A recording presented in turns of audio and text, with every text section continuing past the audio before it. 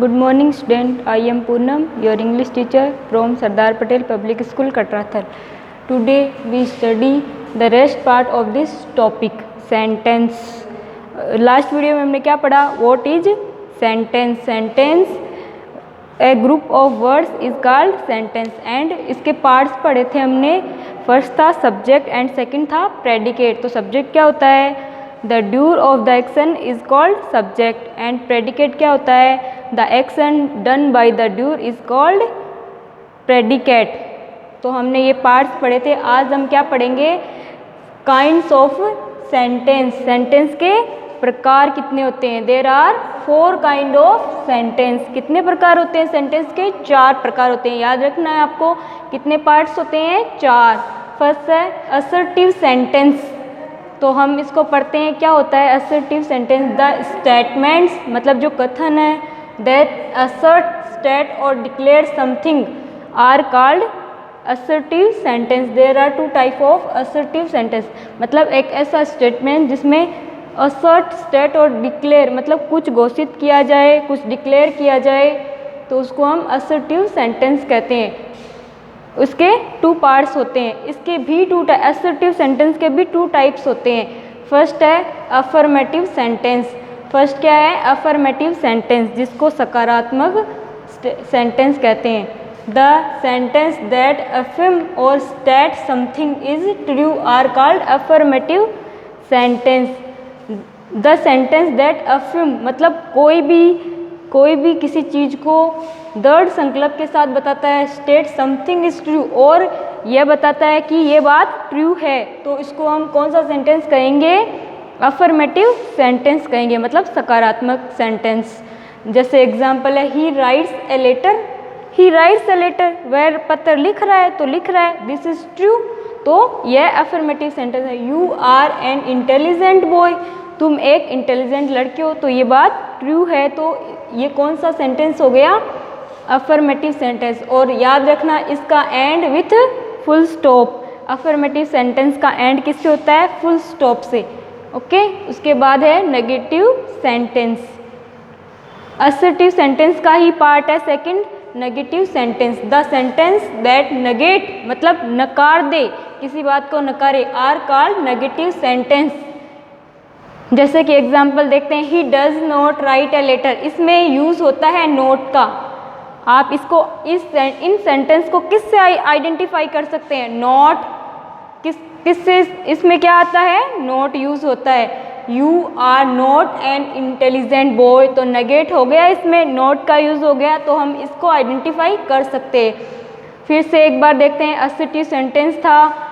Assertive sentence के 2 parts थे. First था अफर्मेटिव सेंटेंस और सेकंड था नेगेटिव. अफर्मेटिव मतलब कोई भी ट्रू कोई भी बात हो या कोई भी दृढ़ संकल्प के साथ कही गई बात हो, उसको हम असर्टिव सेंटेंस कहते हैं. नेगेटिव सेंटेंस मतलब किसी भी सेंटेंस में नेगेट, मतलब किसी बात को नकारा जाए, नेगेट किया जाए, नेग्लेक्ट किया जाए, तो उसको हम नेगेटिव सेंटेंस कहते हैं. और उसमें किसका यूज़ होता है? नोट का.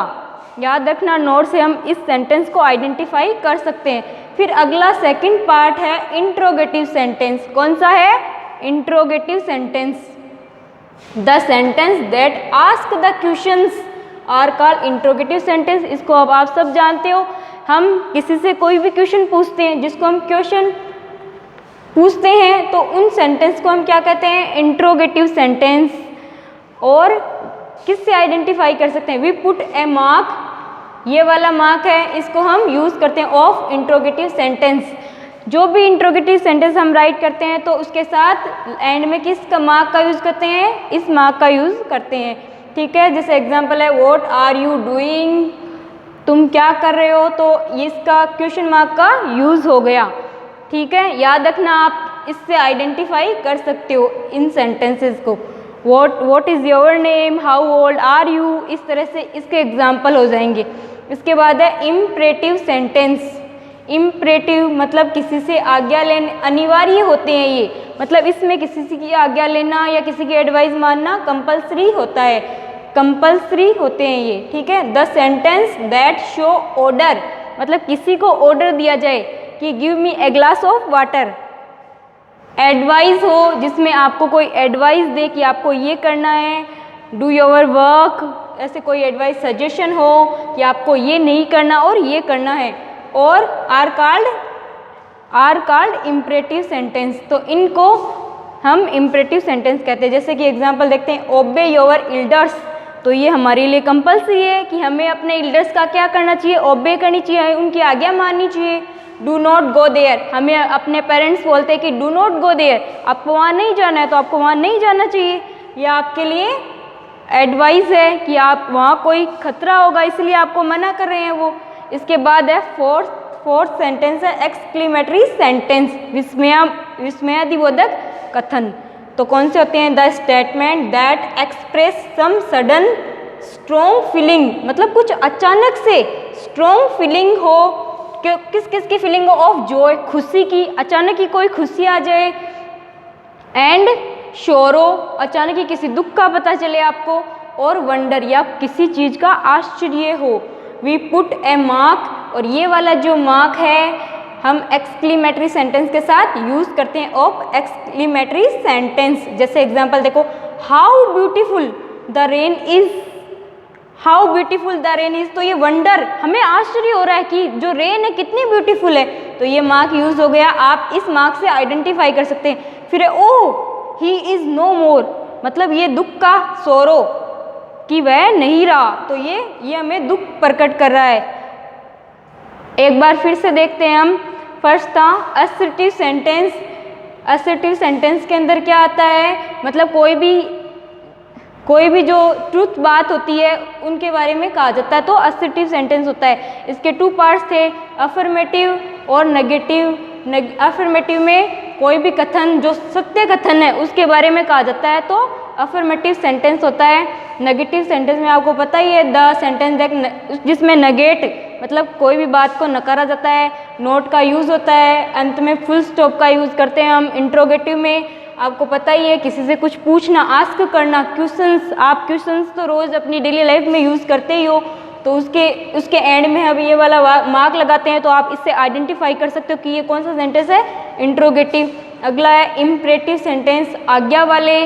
The sentence that show order, advice, suggestion, मतलब ऑर्डर, एडवाइस जो सजेशन आपको दिए जाते हैं इसमें, तो वो होते हैं इम्परेटिव सेंटेंस।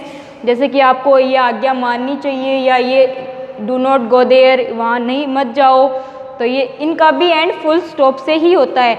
और एक्सक्लेमेटरी सेंटेंस के बारे में मैंने बताया था कि sudden strong feelings of Joy, खुशी की या सोरो की या वंडर की कोई भी मतलब सिचुएशन हो, उसमें हम यूज़ करते हैं। और मार्क कौन सा यूज़ करते हैं, ये वाला, ठीक है। और इसकी जो वर्कशीट है वो मैंने आपको सेंड कर दी है, तो थैंक यू।